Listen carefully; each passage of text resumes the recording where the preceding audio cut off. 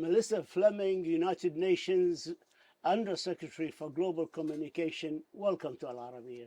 It's great to be with you, Talal. Thank you.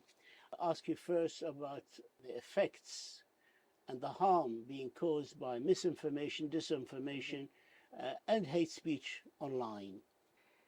It's enormous. It's really almost out of control, and especially in places that are already fragile, suffering from conflict, instability.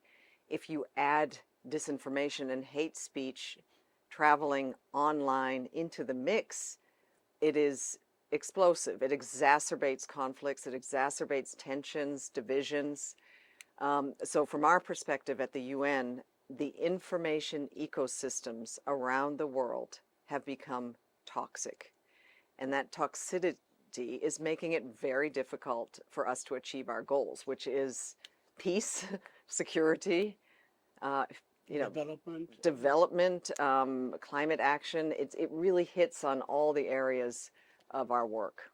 Across the world now, the United Nations is monitoring how and disinformation and hate speech can threaten progress towards the implementation, for example, of the SDGs, the Sustainable Development Goal.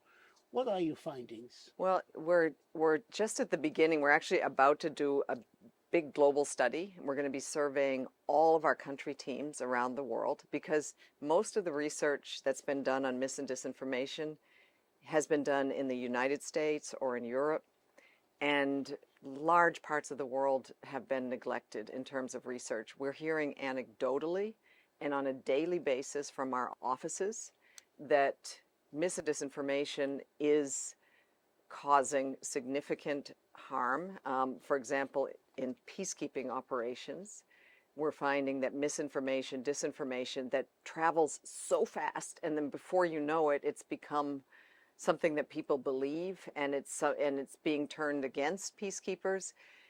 We're finding that it is making their job much harder, their security even put at risk, and so we're really concerned that we need to start stepping up our own capabilities to monitor in real time the disinformation that's circulating, and to do something about it, to communicate as an alternative, to appeal to the platforms, which we do on a daily basis, and also to start working on programs that help people understand that everything that they're seeing online is not fact. In fact, much of it is fiction or even deliberate lies. Climate change, arguably, actually, is the most pressing issues of our time. How it is impacted by misinformation, disinformation? Unfortunately, it's hugely impacted, and I would say by disinformation. And the difference is disinformation is deliberate. We're seeing actually, and fossil fuel companies putting tons of funding, in the billions, into advertising and false narratives around climate change, which with an intention to confuse the public at a minimum, to distort perhaps, and even to deny that climate change even exists. So we have a kind of a battle around science. It started with COVID-19, people not trusting public health officials when they were trying to give guidance on how to protect yourself and your families around the virus. This is very similar situation around climate change. People not believing that climate change actually exists, which is a problem because that slows down action. It provides leaders with an excuse not to take the action that is really needed to dramatically reduce the carbon that we're putting into our atmosphere. We know each other more than 20 years, since your days at the International Atomic Agency in Vienna. That was the first time I met you there. And then you moved for 9 or 10 years with the United Nations High Commission for Refugees, and now you are our global communication leader. As a person who has spent most of her life in the field of communication, What are you doing and your team at the United Nations to mitigate the effect of this mis and disinformation, to stop it, and to stop the hate speech online? Well, it's interesting that you mentioned how far back we go because but it is important for this point because I mean, you've been a journalist all this time and I've been a communicator and I contacted you because that's how we would get our messages out.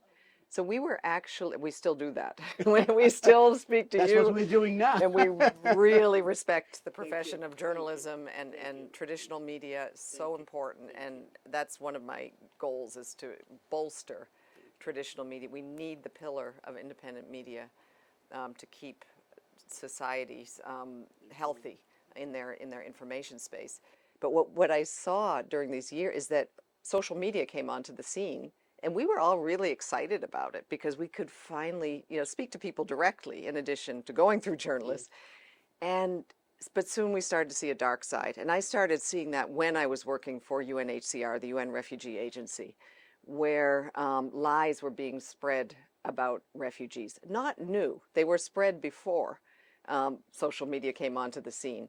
But the ability for bad actors to take false information Spread them or quick. hate speech and spread quickly devolved from any responsibility through influencers and bots and spread and penetrate into the ecosystem, into the bloodstream of societies. It's really, I don't think we were ready for it. So this has had a positive influence in many ways, social media channels. We saw people fleeing for their lives in war zones, able to reach their loved ones through social media because they were connected that way. So there are vulnerable groups who've finally found community. Many good things that have come from social media, but unfortunately it has a destructive, harmful side that we're trying to work on. What sort of program have you started?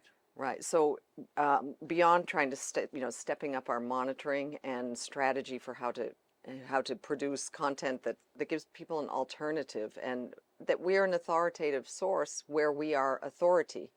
That is really important because we are a major communicator, the UN itself, and we have reports, body. We have data, we need to get this out and to make it accessible to people and not the boring PDF document, but cool content traveling online. That's really key. But at the same time, by the way, I just want to commend you. You have made great leaps in this field, and well, digital communications. Well done. We have to be modern. We have to be innovative. We have to be with the times. We're trying to do that, but at the same time, so we're working on a UN global code of conduct on information integrity, which we hope this is going to be released ahead of the Summit of the Future. And we hope that it will be the kind of gold standard for how information, how social media companies, how advertisers, how governments, how the whole ecosystem, should be conduct itself so that we have information ecosystems that are healthy.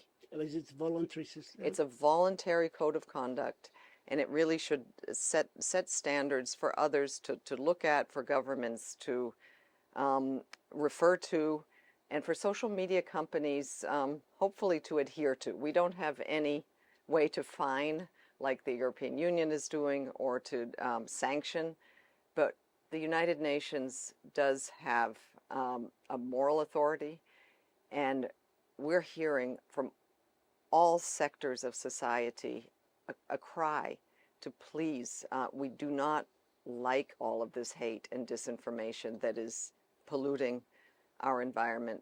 Please do something about it. Do you have a definition for hate speech? And if not, what do you use to determine if this is hate speech or this is an opinion? Or... Yeah, I think that's a really important point. And sometimes our critics say that this is going to be stifling freedom of speech. Absolutely not. We will be very much developing this along human rights law, where freedom of expression is absolutely key. We see that there are some countries that are actually using freedom of expression in ways that are in effect actually doing the opposite and silencing journalists and critics. We don't want this to have that effect. We want people to be able to express themselves, but freedom of expression does not necessarily mean freedom to distribute horrible content that harms people And hate. at will and hate. Billions of people are online now compared to a few years back. 3 billions. Social medias, 2.5 billions on YouTube, 2.5 billions on Facebook, WhatsApp, 2 billion people, Instagram, 2 billion people. So how can you try to get them to sustain or refrain from using hate online? Well, we work with the platforms themselves and try to advocate that they actually live up to their own standards that are out there. And all of them have. By monitoring? They're the only ones who have access to their own monitoring. They know what is traveling on their platforms better than anyone else. We ask for more accessibility. We ask for more transparency from the platforms. But we also ask them to put up guardrails and when certain information crosses a line, to do something about it. But I feel, and I might be wrong, that we are still far away, a long way away from really filtering our media, especially the social media, from spreading hate speech. Talal, I agree. I think we will remain far away as long as the social media companies are primarily focused on profits and not on public service. So we need more public service broadcasters, more institutions that are providing public with information, and we need the social media companies to consider adjusting their designs because their algorithms are designed to monetize disinformation and to prioritize hate and outrage. Touch on the children. This generation is the most digitally connected in history. Every second, I just read somewhere, every second 2 children get online for the first time. So how can you protect all these children from the hate speech and the misinformation and disinformation online? Yeah, well, certainly, again, the platforms have a huge obligation. First, any illegal content should not be there. I think more than anything, that the platforms are stepping up around content that gets to children, although, there aren't any age restrictions. So children are exposed to things that we would not want them to be exposed to. And this is having, there's a lot of evidence that it's having detrimental effects on the mental health of children. We've seen even suicide rates go up, eating disorders, depression, so linked to their time on social media. The platforms have a responsibility, but really media literacy needs to be taught in schools now. Children need to be given the tools to navigate, and parents need to be able to understand how this is affecting their kids and to help their children manage their lives online. COVID-19 was really, we saw how damaging it was for kids to be sitting in front of screens all day and then to be conducting all of their relationships through social media channels and online instead of having physical interactions, being out in play. And hopefully we're returning to that.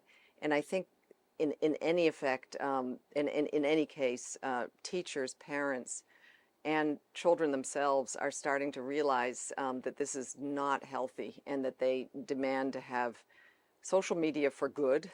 We're seeing many young people actually using the tool, and we're working with them to promote the SDGs, to promote climate action, and to promote, peace and, even love. So let's, hopefully it will be the young people, once again, who are going to put the pressure on and demand that, when they go online, that they get information that is factual and they are shielded from hate. My last question here.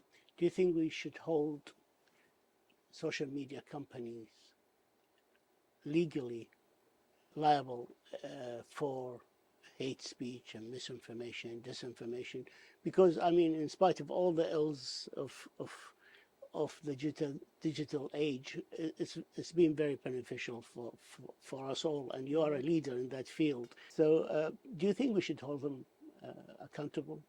I think, social media companies in general should be accountable for the types Legally. of information, but legally, if it's illegal content, yes.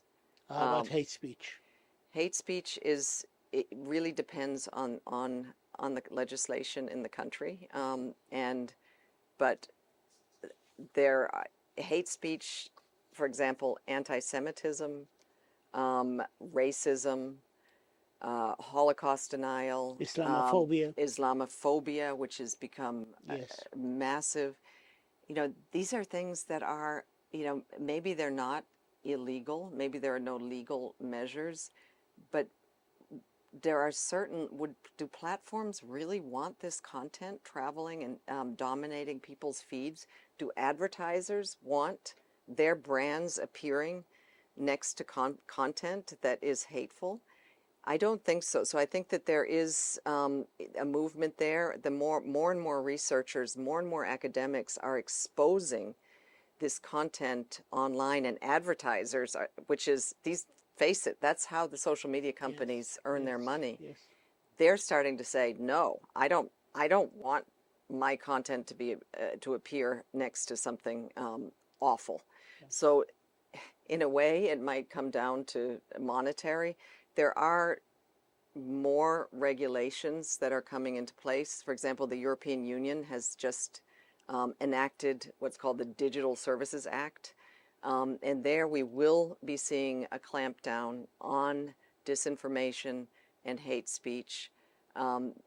Social media companies will be fined if they don't comply. They're going to have to be a lot more transparent. And I think this will have a positive effect on the rest of the world. So let's hope. In order to have healthy societies, democracies, countries that are moving towards peace, elections that are not manipulated, and we need to have an information environment that is factual and not manipulated. Final point, we're very concerned about, social media platforms are already fueled, their algorithms are fueled by AI. Some of the monitoring is by AI, but some of the new AI capabilities, like creating the ability to create deep fakes, is very worrying. Oh, yes. It's going to be much harder for people to discern, for the average user to have their own tools to figure out, is this post that I'm reading credible? Is that photograph real? Fake? Is that video of somebody speaking, a politician, his or her actual words? This is the new challenge that we're facing, and I think there are a lot of alarm bells out, and a lot of politicians and legislators that are onto it, much more than they were at the advent of social media. Melissa Fleming, United Nations Undersecretary General for Global Communication, we thank you for this interview. You've been a leader in the field of communication. Thank you so much for all you've done. Thank you so much for what you do. Thank you. Thank you.